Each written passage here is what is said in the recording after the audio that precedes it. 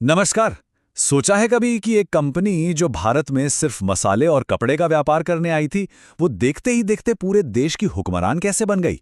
आज हम उसी दिलचस्प कहानी की परतों को खोलेंगे। ये कहानी है सत्ता, विद्रोह और आज़ादी की।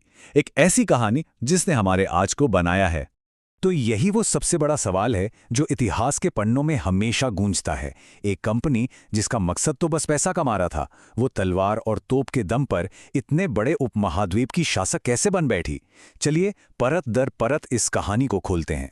तो हमारी कहानी का पहला भाग एक रेस से शुरू होता है, भारत पहुंचने की रेस।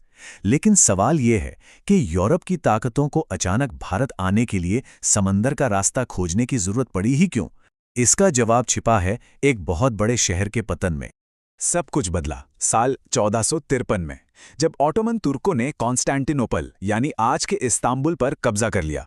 इसके साथ ही यूरोप और एशिया के बीच का हजारों साल पुराना जमीनी रास्ता मानो एक झटके में बंद हो गया।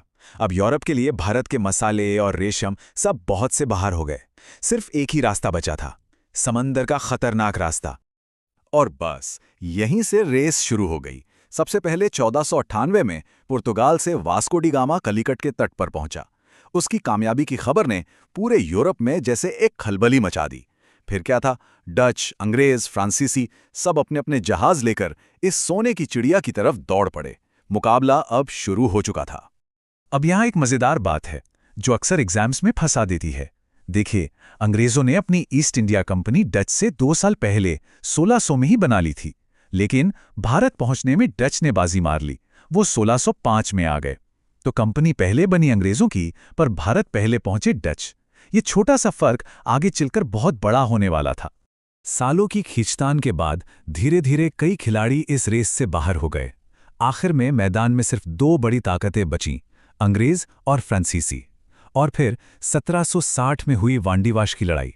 ये था फाइनल मैच। इस एक लड़ाई ने भारत से फ्रांसीसियों का पत्ता हमेशा के लिए साफ कर दिया, और अंग्रेजों के लिए मैदान अब बिल्कुल खाली था। तो अब कहानी एक नए मोड़ पर आती है। ये वो दौर था जब ईस्ट इंडिया कंपनी ने व्यापारी का चोला उतारकर शासक का ताज पहन लिया। अब ये कहानी थी सत्ता की, शोषण की, और उस पहले बड़े संग्राम की जिसने ब्रिटिश साम्राज्य की नींव हिलाकर रख दी थी। ब्रिटिश राज की नींव असल में 2 लड़ाइयों पर टिकी है, और दोनों में जमीन आसमान का फर्क है। पहली 1757 की प्लासी की लड़ाई। ये लड़ाई कम एक साजिश ज्यादा थी जो धोखे से जीती गई। लेकिन दूसरी 1764 की बक्सर की लड़ाई, ये थी असली जंग। और इसी जीत के बाद कंपनी को दीवानी का अधिकार मिला। मतलब अब वो ऑफिशियली बंगाल से टैक्स वसूल सकते थे। खेल अब बदल चुका था। अब सत्ता हाथ में थी तो पैसा कमाने के नए नए तरीके निकाले गए। बेसिकली जमीन से लगान वसूलने के 3 बड़े सिस्टम बनाए गए। कहीं जमींदारों को बीच में रखा, कहीं सीधे किसानों से डील की, तो कहीं पूरे के पूरे गांव से ही लगान तय कर दिया। नाम चाहे जो भी हो, मकसद सिर्फ एक था, भारत की दौलत को निचोड़कर ब्रिटेन भेजना। जब जुल्म बढ़ता है तो वो लावा बनकर फूटता है। ऐसा ही हुआ 1857 में।